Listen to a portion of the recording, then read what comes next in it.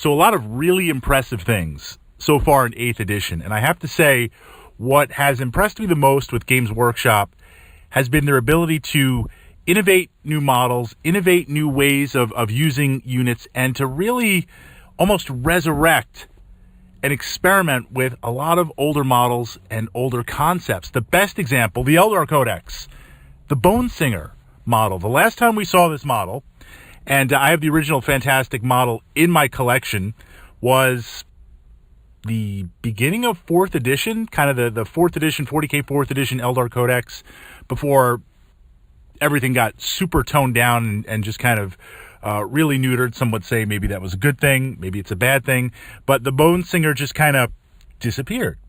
And from there, I was using the model as just a generic Farseer. Usually I'd throw down Eldrad. I had the old Bug-Eye Helm Farseer, and for some reason, if I needed a third Farseer, like it was Apocalypse or a Mega Game, I'd throw in the Bonesinger. And I always thought, it's a shame, because such a narrative model, such an iconic model, and now GW is bringing it back. So I'm very excited to see that. But this got me debating the question with a friend of mine. The overall scope, healing, tech healing in 40K. The kind of the gold standard has always been some sort of tech priest sitting by a land raider, sitting by a tank, and as the vehicle takes damage, it gets repaired. Kind of like the old Apoc model to heal yourself up or deny a wound on there.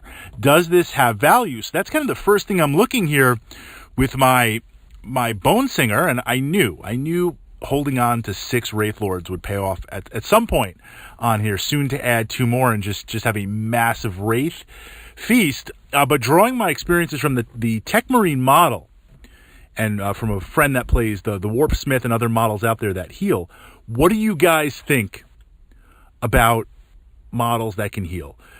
Do they have a role on the table?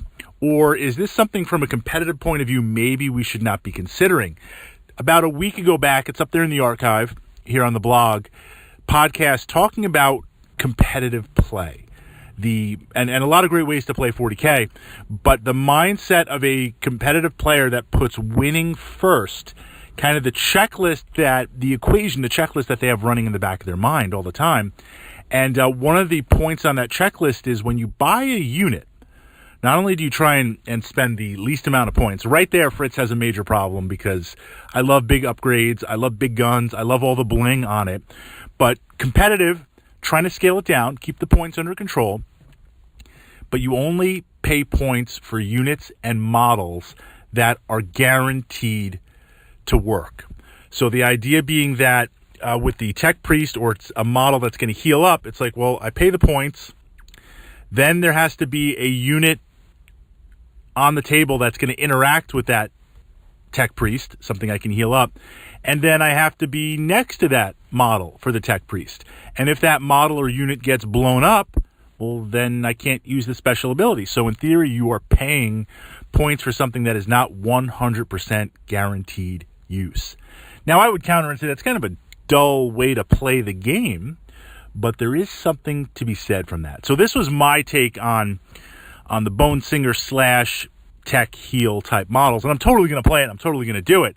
But if I wanted to play, if I wanted to push out kind of that competitive yet narrative filter and find that middle ground, I would say this. In higher point games, I can't really see it being that effective. We're not talking about lulls and things like that, but just this idea that there's going to be so much DACA coming at you, so much firepower, just down the table dice on you. Is it really going to make a difference? Is it really going to stem the tide of battle? It's not to say you're not going to have fun, but I would say probably not.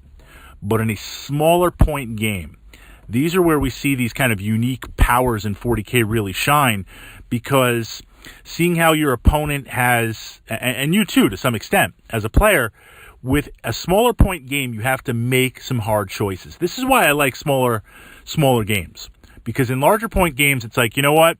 You have your checklist: anti-infantry, anti-tank, ways to deal with multiple monstrous creatures, a unit that's going to outflank. You have this checklist, and it's like, all right, I take my 3 Land Raiders, I take my 3 Dreads, I take my 6 Tactical Squads, I've got my Librarian, I've also got my Chapter Master, I've also got my named character. You just get everything.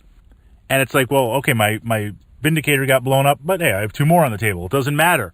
You have so much material. In a smaller point game, you take a model, you take a group of assault marines, that's all you have. You might not be able to have redundancy. A redundancy is where you have 2 models, so that if your opponent, you have multiple models on the table, multiple units, so if your opponent tries to stop one of them, at least the other 2 will get through. So this analogy, if I'm running Assault Marines or I'm running Death Company and I'm going to use that to beat you up, I need at least 2 on the table, 2 groups. So if you stop one, at least one makes it in. If you stop neither one, well, hey, that's great for me. And if you stop both, well, that's not that bad either, because you're going to have to take some significant model resources to try and stop both of them, and hopefully I will capitalize on the momentum of the table by you throwing 3 or 4 units to stop my 2 Death Company units, and that's going to open up room for my Ball Predators to do something. We can see where it's going, right?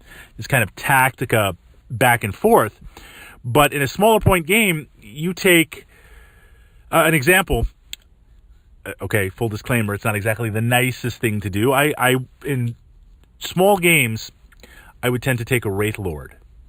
And this idea that in many circumstances, it can be very challenging to stop that Wraith Lord. It's going to be a little bit overpowered. But the risk is, in taking that, if you do stop it, Fritz is in a lot of trouble. I'm in a lot of trouble. That was my only trick on the table. There's nothing else hidden up the sleeves. I'm in a lot of trouble if you take that out. So in smaller point games with the resources, you take something powerful, you take something that the Bonesinger or a Warpsmith can utilize, or Tech Priest, something like that. If your opponent puts the resources into trying to stop it, they have limited resources. And if you keep healing it, if you keep repairing it, if you keep regenerating it, that can be very, very interesting. And again, the lulls and the fun factor, absolutely, in any point game, but the narrow path of looking tactically versus narrative, where does it have value?